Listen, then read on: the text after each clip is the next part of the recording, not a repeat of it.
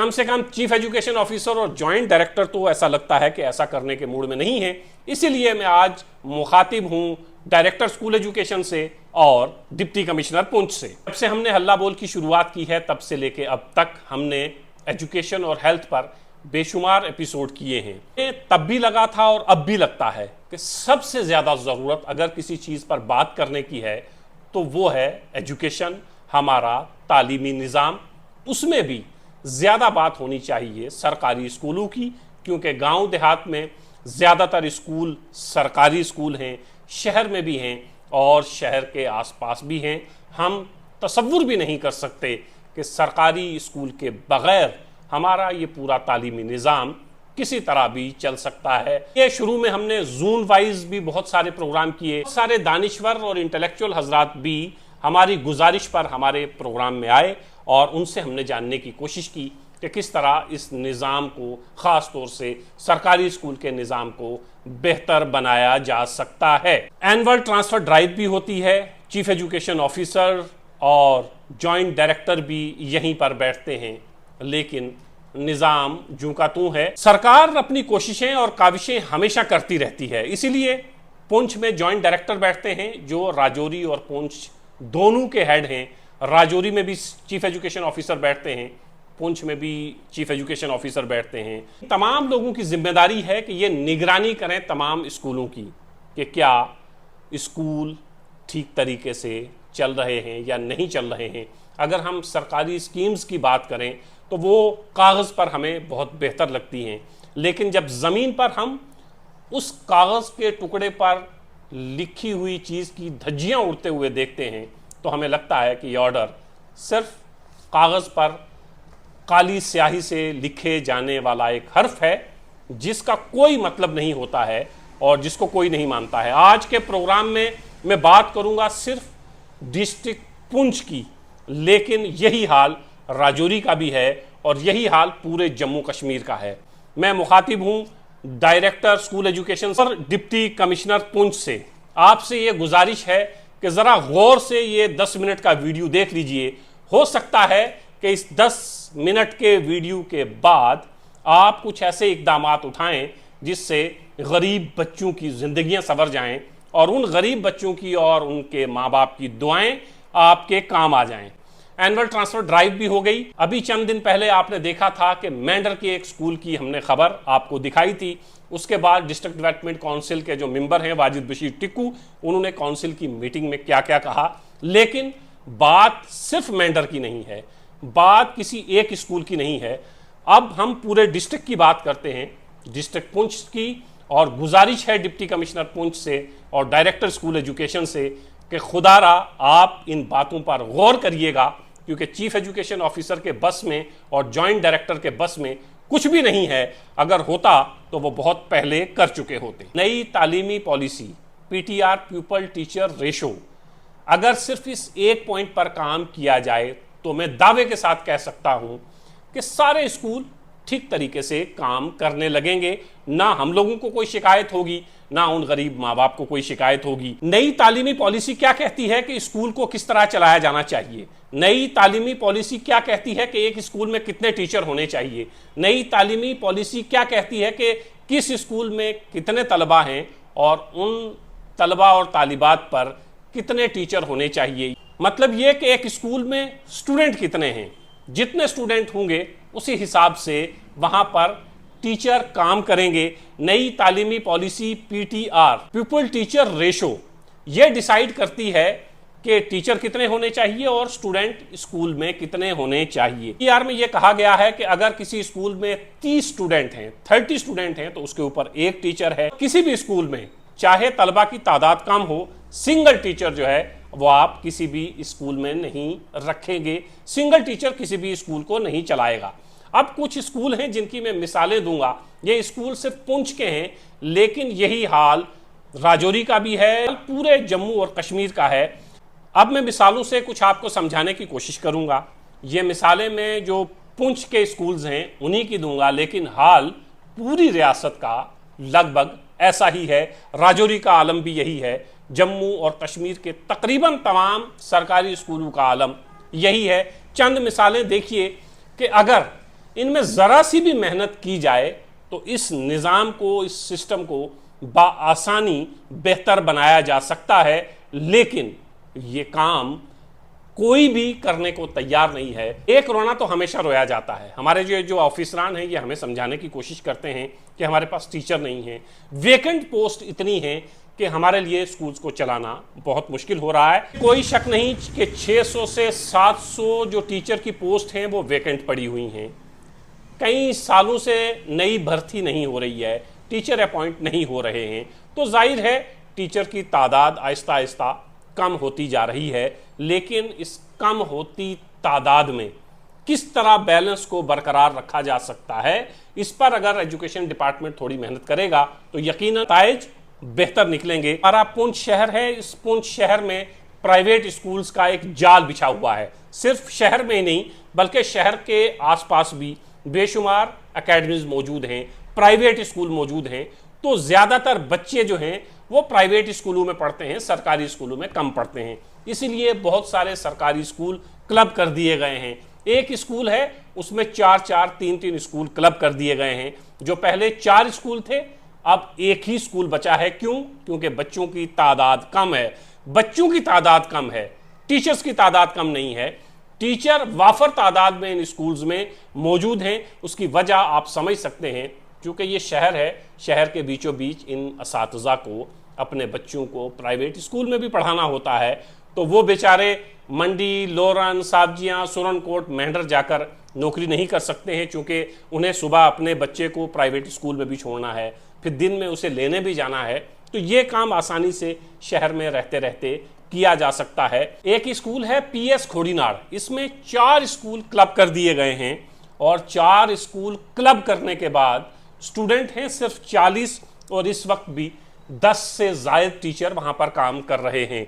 आप समझिए PS खोड़ीनाड़ तलबा 40 के आसपास, टीचर वहाँ पर 10 इस वक्त पढ़ा रहे हैं। तो अंदाज़ा लगाइए कि एक स्कूल जिसमें टीचर 10 से ज़्यादा हैं और स्टूडेंट हैं सिर्फ 40, और 4 स्कूल जो हैं उनको क्लब करने के बाद भी स्टूडेंट्स की तादाद जो है वो सिर्फ 40 है, टीचर वहां पर 10 काम कर रहे हैं। इसके उलट मैं आपको एक मिसाल दे रहा हूं। 2 स्कूल हैं, एक स्कूल है मिडिल स्कूल अड़ाई हवेली, एक स्कूल है मिडिल स्कूल खड़प्पा लोरन। इन 2 स्कूलों में तकरीबन 500 के आसपास स्टूडेंट हैं और टीचर सिर्फ 4-4 हैं। मतलब एक स्कूल में तकरीबन 250 स्टूडेंट हैं लेकिन टीचर हैं सिर्फ 4। 250 स्टूडेंट्स को पढ़ाने के लिए 4 टीचर इंतज़ामिया ने या स्कूल एजुकेशन डिपार्टमेंट ने दे रखे हैं, और दूसरी तरफ 40 बच्चों को पढ़ाने के लिए 10 से ज़्यादा टीचर काम कर रहे हैं। Girls city middle school Poonch 4 school club किए गए हैं, 50 के आसपास स्टूडेंट हैं, टीचर 10 से ज़ायद हैं। एक जगह मैं आपको बता चुका हूँ 40 स्टूडेंट हैं, 10 टीचर हैं। दूसरी जगह गर्ल्स सिटी मिडिल स्कूल है जिसमें 50 के आसपास स्टूडेंट हैं और यहाँ पर टीचर 10 से ज़्यादा हैं। बॉयज़ सिटी मिडिल स्कूल की तरफ आ जाएं, यहाँ भी 2 स्कूल क्लब किए गए हैं। बच्चों की तादाद 60 के आसपास है, मतलब 60 के आसपास स्टूडेंट हैं और टीचर यहाँ पे 12 से ज़ायद हैं। मोहल्ला पंडिता स्टूडेंट हैं 17, टीचर हैं 3। 17 मतलब एक साथ 17 स्कूल में टीचर हैं 3। हाई स्कूल कुनैया, अगर आप ये पुल शेर कश्मीर पुल पार करें तो सामने एक स्कूल है, ज़्यादा फासले पर भी नहीं है, और ये स्कूल पिछले दिनों सुर्खियों में भी रहा। और वो सुर्खियों में क्यों रहा आप तमाम लोग जानते हैं। 500 से ज़ायद तादाद में स्टूडेंट हैं, वहाँ टीचर हैं सिर्फ 10। आप तसव्वुर करें कि किस तरह स्कूल का निज़ाम बेहतर हो सकता है। एक तरफ 40 स्टूडेंट हैं और टीचर 10 से ज़्यादा हैं, एक तरफ 50 स्टूडेंट हैं, टीचर 12 से ज़्यादा हैं, और दूसरी तरफ 500 से ज़्यादा तादाद है हाई स्कूल कुनैया की और टीचर सिर्फ 10 हैं। अब आप ये बताएं कि हमारा सवाल ये जो एजुकेशन डिपार्टमेंट में आला ऑफिसरान बैठे हुए हैं इनसे बनता है या नहीं बनता है। ये किस लिए बैठे हैं? देखा होगा पिछले दिनों एजुकेशन डिपार्टमेंट के एक बड़े ऑफिसर ने अपने दफ्तर के कुछ फ़ोटो शेयर किए थे। आलीशान सोफ़े लगे हुए हैं, क्या बेहतरीन ऑफिस है, AC भी लगे हुए हैं। ये आलीशान सोफ़ा, ये AC, ये बेहतरीन कुर्सी, ये आप ऑफिसरान को इसलिए दी जाती है कि आप स्कूल के निज़ाम को कुछ बेहतर करने की कोशिश करेंगे, सिर्फ इसलिए नहीं कि आप उसके फ़ोटो शेयर करें, आप कुर्सी पर आकर बैठें, दिन भर गप्पे हाँकें और शाम को 4 बजे दफ्तर बंद करके। क्यों ऐसा हो रहा है कि ये जो नई तालीमी पॉलिसी है इसकी आप लोग धज्जियां उड़ा रहे हैं। 4 स्कूल क्लब करने के बाद भी स्टूडेंट की तादाद है 40, टीचर हैं 10 से ज़्यादा, और दूसरी तरफ अगर कहीं 500, 250, 300 स्टूडेंट हैं, टीचर हैं वहां पे 10, 5, 4। इसको बैलेंस कैसे किया जा सकता है? इसके लिए जो कुछ एजुकेशन डिपार्टमेंट के एक्सपर्ट हमारे दोस्त हैं, मैंने उनसे बात की कि क्या इसके लिए वही एनुअल ट्रांसफर ड्राइव का इंतज़ार किया जाना चाहिए जो साल में 2 साल, 4 साल, 6 साल में एक बार होती है। तो उन्होंने मुझे बताया कि ऐसा बिल्कुल भी नहीं है। क्लस्टर हेड जो है, क्लस्टर हेड मतलब हायर सेकेंडरी स्कूल का प्रिंसिपल, उसके क्लस्टर में कुछ स्कूल उसको दे दिए गए हैं, 30 स्कूल, 40 स्कूल। इन स्कूल्स का क्लस्टर हेड जो है वो हायर सेकेंडरी स्कूल के प्रिंसिपल हैं।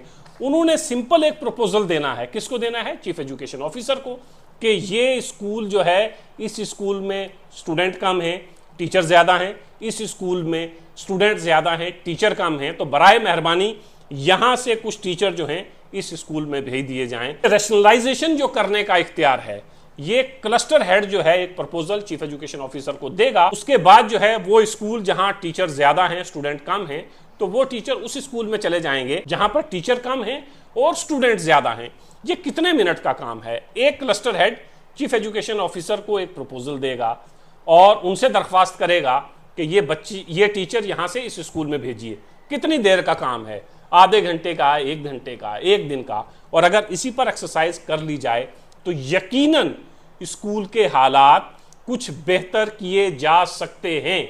लेकिन बेहतर करेगा कौन? जिनका काम बेहतर करना है वो तो अपने ऑफिस के फोटो शेयर करते हैं, बड़े बड़े होर्डिंग लगाते हैं, बेटी बचाओ, बेटी पढ़ाओ, एजुकेशन बहुत ज़रूरी है।